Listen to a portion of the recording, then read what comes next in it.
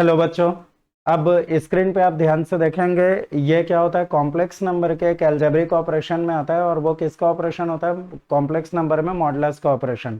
तो इसके लिए अपन थोड़ा आगे बढ़ते हैं, तो बच्चे ध्यान से देखते जाएं। जैसे mod of a z one plus b z two, हालांकि उसका स्क्वायर दिया हुआ है, मॉड का स्क्वायर। तो बच्चों सबसे पहली बात मैं क्या करता हूँ, इस लॉजिक को समझने के लिए यहाँ पर आपको सीधा सीधा एक लॉजिक बताता हूँ। ठीक है, एक सीधा सीधा ठीक है पॉइंट बताता हूँ, उस पॉइंट को आप समझते जाइएगा। पहले अपन क्या करते हैं कि इस मॉड का जो स्क्वायर है इसको सॉल्व करने का फंडामेंटल देखते हैं। तो चलो भाई ध्यान से देखते जाना। तो सॉल्व करने का फंडामेंटल कुछ ऐसा रहेगा कि अगर बाई चांस ऐसा आपके पास है, क्या चीज़, ए जेड वन, ठीक है, माइनस बी जेड टू, अगर ऐसा करके है और इसका स्क्वायर है, तो बच्चों को पता होना चाहिए कि मॉड जेड का स्क्वायर।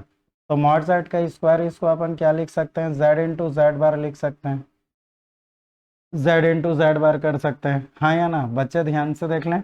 मॉड जेड का स्क्वायर कितना होता है अपने पास, ठीक है, जेड इंटू जेड बार ऐसा करके होता है। ठीक है, तो चलो मैं इसको क्या करता हूँ, एक प्रॉपर एक टेम्परेरी लॉजिक में मैं आपको बताता हूँ, आराम से समझते जाना। ठीक है, अगर मैं जेड इंटू जेड बार करूँगा तो यहाँ पर ये कितना हो जाएगा, तो चलो जैसे ही इसको ये करते हैं तो ए जेड वन, ठीक है, माइनस ये कितना आ जाएगा, बी जेड टू। ठीक है, ये आपका z हो गया, और जैसे ही आप z बार करेंगे तो a, और ये कितना हो जाएगा z one bar minus b, और ये कितना आ जाएगा आपका z टू बार। चलो भाई ब्रैकेट ओपन करते हैं, तो ये कितना हो जाएगा, ए जेड वन बार से मल्टीप्लाई हुआ तो ए स्क्वायर हो गया। और बच्चों Z one into Z one bar फिर कितना हो जाएगा अपने पास, मॉड ऑफ जेड वन का स्क्वायर हो जाएगा। फिर चलो पहले अपन इसको मल्टीप्लाई कर देते हैं, तो माइनस माइनस कितना हो जाएगा, प्लस बी इंटू बी कितना हो जाएगा, बी स्क्वायर, और फिर Z two into Z two bar अपने पास कितना आ जाएगा, तो ये आ जाएगा मॉड ऑफ जेड टू का स्क्वायर आ जाएगा। ठीक है, चलो अब ए वाले को इससे मल्टीप्लाई करते हैं और बी वाले को इससे करते हैं। तो जब इन दोनों को मैं मल्टीप्लाई करूंगा तो ये कितना आ जाएगा, माइनस ए बी, माइनस ए बी, और ये कितना हो जाएगा अपने पास जेड वन, ये कितना हो जाएगा जेड टू बार। ठीक है, और जैसे ही b को मैं इसमें मल्टीप्लाई करता हूँ तो फिर ये कितना हो गया, माइनस ए बी, माइनस ए बी, और ये कितना हो गया जेड टू जेड वन बार, ध्यान से देखेंगे, जेड टू, और ये कितना आ जाएगा अपने पास जेड वन बार। ध्यान से देख लें बच्चे, अच्छे से समझ लें। ठीक है, मतलब A square mod of Z one square plus B square mod of Z two square minus A B, इतना आया। बच्चों ध्यान से देखना, चलो इसको तो अपन एज इट इज रहने देते हैं, ए स्क्वायर मॉड ऑफ ये कितना आ जाएगा, जेड वन स्क्वायर, फिर ये कितना आ जाएगा प्लस बी स्क्वायर, तो ये कितना आ जाएगा mod of Z two square. ठीक है, अब इसमें जब जाते हैं तो अपन माइनस ए बी कॉमन ले लेते हैं। तो ध्यान से देखेंगे बच्चे, ये बचा अपने पास भाई माइनस ए बी अपन कॉमन ले लिए। जब कॉमन लिए तो ये कितना बचेगा, जेड वन, और ये कितना आ जाएगा जेड टू बार, जेड वन, और ये कितना हो गया जेड टू बार। अब वैसे ही ये कितना आ जाएगा प्लस, क्योंकि माइनस ए बी तो आपने कॉमन ले लिया है, तो ये कितना बचेगा, जेड टू जेड वन बार। तो बच्चों इसको मैं ऐसे लिख लेता हूँ, Z one bar into Z two. Please यहाँ पर मैं जो कार्यक्रम कर रहा हूँ प्लीज़ अच्छे से बच्चे ध्यान से देखेंगे।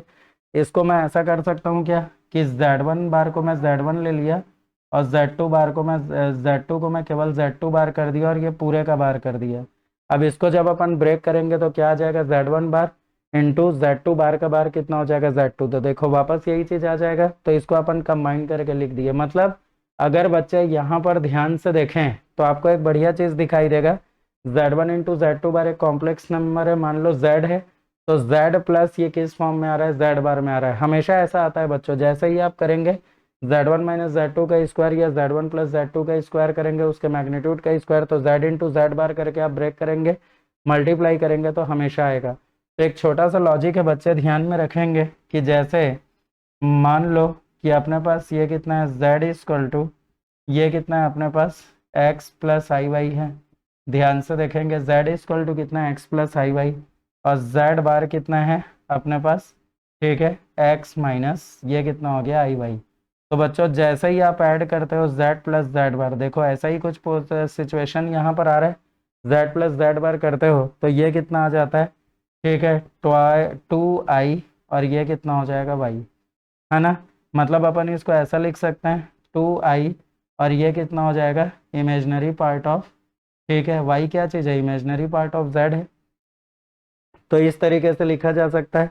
तो बस यही लॉजिक है बच्चों, इसको बस आराम से देखते जाना। देखो बाकी सब तो एज इट इज रहेगा, ये कितना हो जाएगा, ए स्क्वायर, कितना हो गया mod of Z one square, फिर ये कितना आ जाएगा बी स्क्वायर, तो ये कितना आ जाएगा mod of Z two square, हाँ या ना, mod of Z two square, और ये कितना आ जाएगा माइनस ए बी इंटू ये कितना हो जाएगा 2i, और ये कितना आ जाएगा इमेजनरी पार्ट ऑफ, और किसका इमेजनरी पार्ट बच्चों, तो देख लो आपका कॉम्प्लेक्स नंबर कितना था, तो ये था अपने पास z1 इंटू Z2 बार।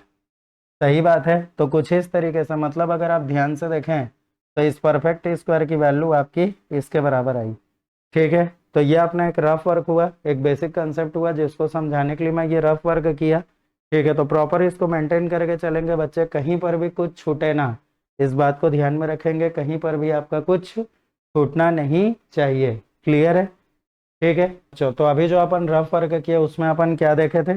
ठीक है, तो जो लॉजिक देखे उसको यहाँ पर अपन इम्प्लीमेंट करते हैं, तो ध्यान से देखते जाना। मॉड ऑफ ये कितना ए जेड वन माइनस ये कितना है बी जेड टू, ठीक है, मैग्नीट्यूड क्लोज इसका स्क्वायर, फिर बीच में प्लस है, फिर ये कितना आ जाएगा B Z one plus A Z two, ध्यान में रखेंगे ना, बी जेड वन प्लस ये कितना है ए जेड टू इसके मैग्नीट्यूड का स्क्वायर। क्लियर है? चलो भाई लॉजिक लगाते जाना। तो ये कितना आ जाएगा, तो अभी अपन देखें इसका एक्सपांशन करेंगे तो कितना आ जाएगा ए स्क्वायर, ठीक है, mod of Z one square, फिर प्लस ये कितना आ जाएगा बी स्क्वायर, तो ये कितना आ जाएगा mod of Z two square. ठीक है, अब इसमें क्या था बच्चों, तो माइनस टू ए बी, ठीक है, टू नहीं था, ओनली ए बी, और ये कितना हो जाएगा आयोटा, और क्या बचा अपने पास इमेजनरी पार्ट ऑफ ये कितना है बच्चों Z one into Z two बार।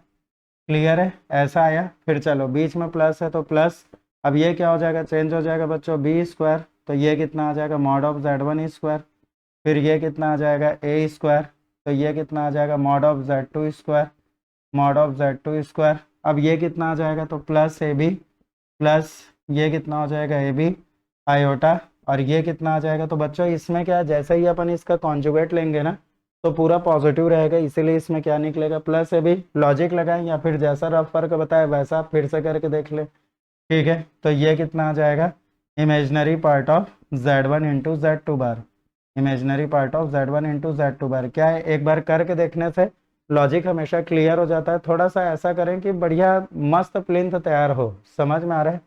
तो ये क्या हो जाएगा माइनस प्लस आपका कैंसिल आउट हो गया। अब इसमें आप देखें तो देखो इन दोनों में ए स्क्वायर कॉमन निकल रहा है, तो ए स्क्वायर कॉमन लिए तो ये कितना बचा mod of Z one square, plus ये कितना आ जाएगा आपका mod of Z two square हो गया। ठीक है, अब वैसे ही इन दोनों में अपन बी स्क्वायर कॉमन लेते हैं, तो चलो भाई बी स्क्वायर अपन कॉमन लिए, तो ये कितना आ जाएगा mod of Z one square, plus ये कितना आ जाएगा mod of Z two square. Clear है बच्चे लोग? ऐसा हो गया। तो चलो अब इसमें अपन लॉजिक लगाते हैं, तो अपन ये कॉमन ले लेते हैं, तो जैसे ही कॉमन लेंगे तो ध्यान से देखना कितना बच जाएगा ए स्क्वायर प्लस बी स्क्वायर बचेगा, और बाकी जैसे ही ये किए तो कॉमन क्या लिए थे, तो mod of Z one square plus ये कितना mod of Z two square. तो कुछ इस तरीके से आपका आंसर आएगा बच्चों। तो ध्यान में रखें, काफ़ी बेहतरीन लॉजिक रहता है, और खासकर क्या रहता है पता बच्चों, वो जो रफ वर्क किया मैं मॉड जेड का स्क्वायर इक्वल टू कितना होता है जेड इंटू जेड बार, अगर वो रफ वर्क में आप भटके, मतलब इस टाइप के क्वेश्चन में कोई कैलकुलेशन आपके काम नहीं आएगा। ध्यान में रखेंगे, इसका एक्सपांशन हमेशा प्रॉपर तरीके से होना चाहिए, अगर कहीं पर भी कुछ गड़बड़ हुआ मतलब पूरा का पूरा मामला क्या हो जाता है, बेकार हो जाता है। क्लियर है? तो थोड़ा सा मेंटेन करके चले, मस्त लॉजिक है, कब कहाँ जरूरत पड़ जाए इसका कोई भरोसा नहीं। क्लियर है? थैंक यू बच्चों।